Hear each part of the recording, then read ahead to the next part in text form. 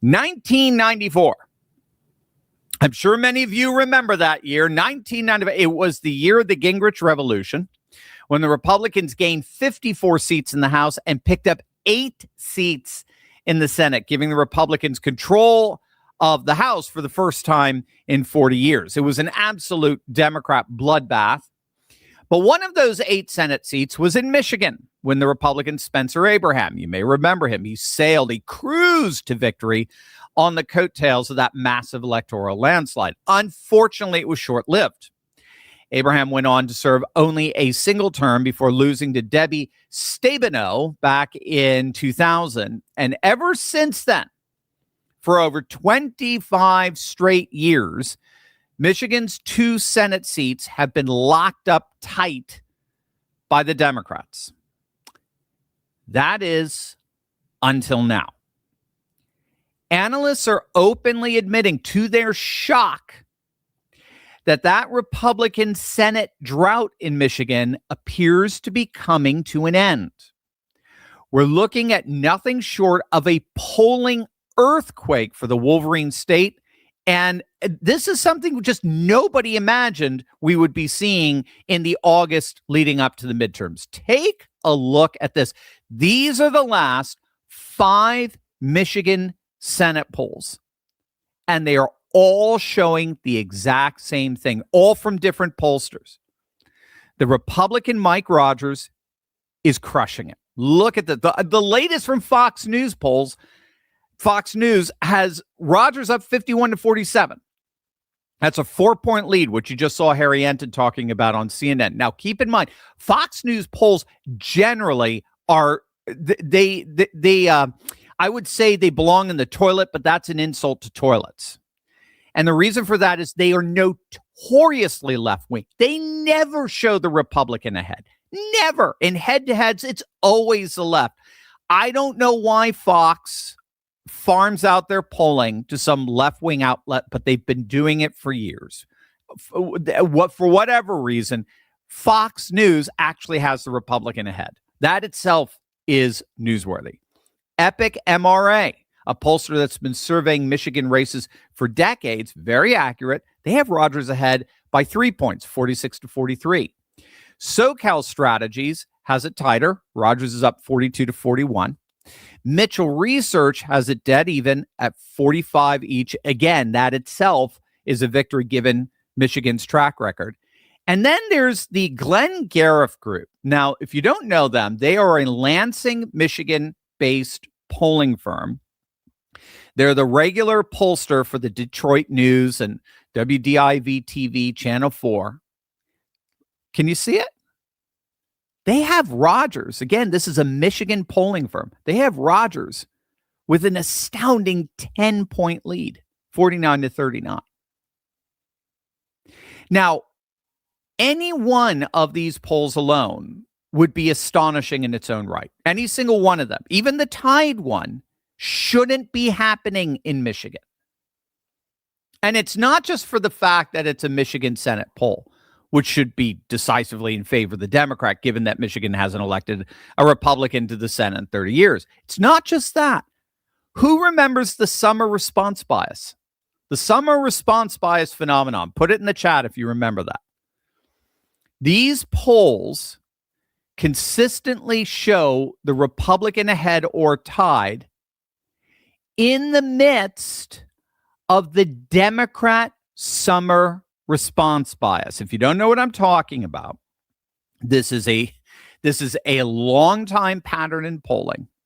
Democrats always, we saw it in August of 2024 when Kamala was leading Trump in almost all the polling. And I told you, don't worry about it. It's not accurate because it's a Democrat poll. It's a Democrat response bias. Democrats always outpoll their November results during the summer. In other words, whatever the Democrats are getting during the summer, especially late summer, will always end up tightening by the time we get to November. Because frankly, Republicans have families. They go on vacation. They check out of politics altogether, especially again around August. And then they get back into engagement after Labor Day. So polling is almost always skewed inordinately towards the Democrats during particularly the late summer months. And yet, what are we seeing here? We're not just seeing one poll showing the Republican Mike Rogers ahead, or two, or three. Gang, we've got 5 different pollsters using 5 different methodologies, all landing somewhere between tied and Rogers by double digits. And in other words, another way of analyzing this, among all 5 of the most recent polls coming out of Michigan, not a single one shows the radical Democrat El-Sayed winning. Not one. During a summer response bias. Why? What's going on here? We don't have to look very far. We have to just look a couple of weeks back to El-Sayed's bruising primary. That race was the most expensive Democrat Senate primary in American history. More than $80 million poured in, much of it from outside groups doing their best to stave off this challenge to the Democrat establishment by this radical cultural Marxist nut, El-Sayed. And when the dust cleared, it was to no avail. El-Sayed did win, but barely. And I mean barely. We're talking by a point. Now, like his counterpoint in Wisconsin, the ultra wacko lunatic Francesca Hong, he was leading in all the polls, some by double digits. It all looked like it was going to be a blowout. But the results in the primary were shockingly close. Again, he won by barely a single point, which is the absolute worst case scenario for El-Sayed, because it's not just as dramatically underperforming his polls. I mean, it was really, he wasn't even able to crack 50% of the vote in a Democrat primary. Now, you have to remember, in primaries, historically, you want a solid win. Okay, Mike Rogers ran unopposed. I mean, he got Trump's endorsement. Nobody even challenged him. So he had the primaries, as it were.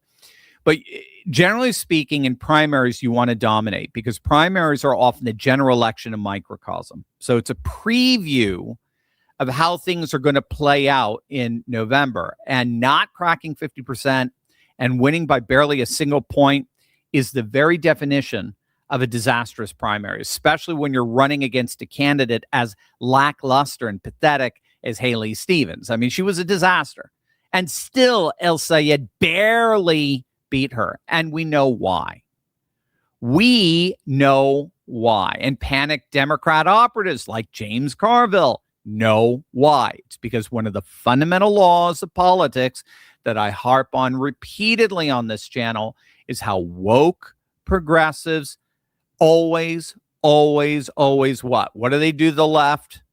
They always split the left, right? If you're a regular to this channel, you know this. If not, make sure you smack that bell and subscribe button. They always split the left. And then what do they do to the political right? They unite the right. Right. That's the calculus. That's the reciprocal dynamic to understand here with this Michigan Democrat Senate primary, as well as the Wisconsin gubernatorial primary that beat Hong, again, by less than a point. The reason why you consistently see the Democrat vote split nearly 50-50 perfectly in all these races with these commie third worldists is precisely because poll after poll after poll shows that woke progressive politics and politicians always end up splitting the left down the middle. So if you ask a group of leftists if they support El-Sayed, or if they support Hong or Mamdani or that creepy Katie Wilson, the mayor of Seattle. By the way, I don't know if you heard about, we'll do a video on it next week sometime, but she has recall charges being filed against her. So they're going to try to recall her. She won by less than a percentage point. It was the smallest margin in nearly, I think, over 100 years, since 1904 in Seattle politics. But what you'll find is, if you ask Democrats, do you support these crazy commies? You'll see half the Democrat Party will say yes, absolutely, they're all in. But the other half, the Bill Maher half, the John Fetterman half, the James Carville half, they'll say, heck no. We want nothing to do with these guys. Even what's his name? Joe Scarborough went on a freaking rant against these people the other day. Even MSNBC is turning against these people. Bill Maher is openly, publicly stating he will vote for J.D. Vance before he votes for these Marxist socialists. So this is why these woke progressive socialists, if they win, generally squeak by with a very, very low margin win. And who's giving them that win, by the way? Well, the latest Fox News poll is quite informative here. Take a look at the demographic breakdown on who's supporting who in the Michigan race. White voters overwhelmingly sided with Rogers, 56-42. That's common. Democrats haven't won white since 1964. Non-white voters side with El-Sayed by over 42 points. So that's not even remotely competitive. But again, there's no news there. Non-whites are doubling down on Democrats. That's just par for the course. Men support the Republican by double digits. It's almost even with women. Again, nothing new there. But then look at this. White women with college degrees. White women with college degrees. Look at that.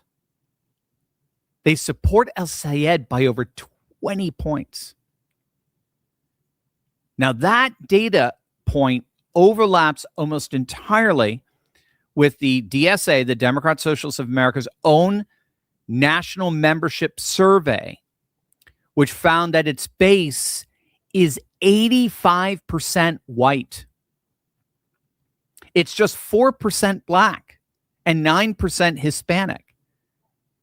And 80% of their members hold a college degree, at least a bachelor's degree, more than double the national average. 80%, only 4% of its members work blue-collar jobs, while roughly 60% hold professional or managerial positions where they're obviously miserable in. And that's exactly what we saw with the El-Sayed primary. Working class voters in Michigan wanted nothing to do with them. Again, we're seeing this confirmed in the Fox News polling data. White men without college degrees support Mike Rogers overwhelmingly, right? By 30 points, 63-27. White women with no college degree support Rogers overwhelmingly by over 20 points, 60-38. But white women with college degrees overwhelmingly support El-Sayed. Again, I've said it before, gang. I was in academia for 20 years. I'm your patriot professor. Thank you for liberating me from that. Thank you, seriously. These college campuses are the real sleeper cells. These radical Marxist professors, these privileged professionals, are radical ideologues that are deliberately brainwashing our students. And Trump needs to crack down on the radical anti-American third worldism, the cultural Marxism. It's not just the transgender, the trans athletes in female sports. It's the actual crap that they're teaching to our students that's infested our nation's universities. He's got to crack down, or else this insanity is only going to get worse. That said, as things stand, the reason why you have Democrat strategists like James Carville absolutely flipping out over the socialist takeover of the Democrat Party is because he's reading that very same data. He knows that they're political poison. He knows that they don't just split the left. At the very same time, these radical Marxists unite the right against them. If only 50% of Democrats support these commies, 100% of Republicans oppose them. So that means there will always be more voters to come out and vote against them than vote for them, except in the most radical municipal and cosmopolitan enclaves across the nation. Again, where they still only barely win, like Katie Wilson winning by less than 1%, or even Mamdani. He only won with margins in the single digits. So that's where they've been winning, but they can't win statewide races in states like Michigan or Wisconsin, both of which voted for Trump in 2024. At least it doesn't appear that they can, and they certainly can't win nationally, not with data like that. And so that's why you have the Mike Rogers campaign absolutely mercilessly doubling down on Abdul El-Sayed's radical wokeness. He's going full Glenn Youngkin on him, right? That was Youngkin's strategy back in 2021 for his successful gubernatorial campaign in Virginia.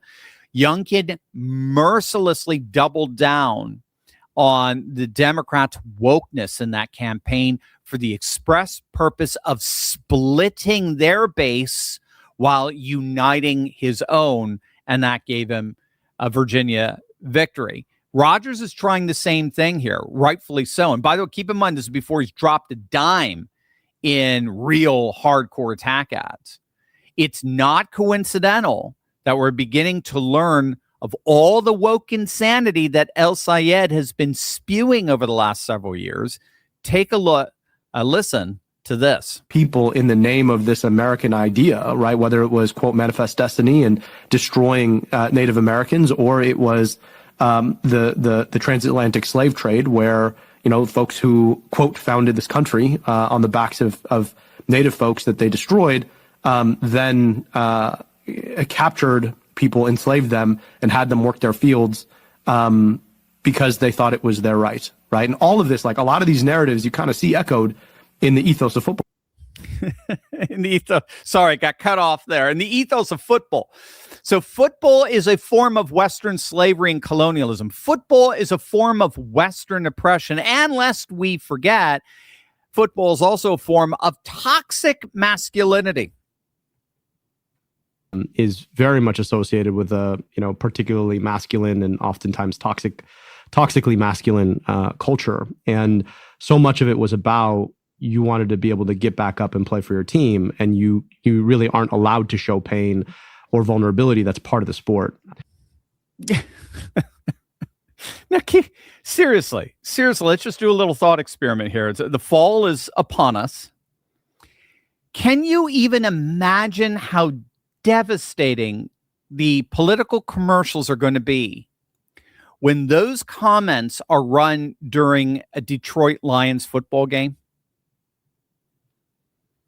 I mean, you don't have to be a political genius to figure out that the vast majority of Michiganers don't talk that way.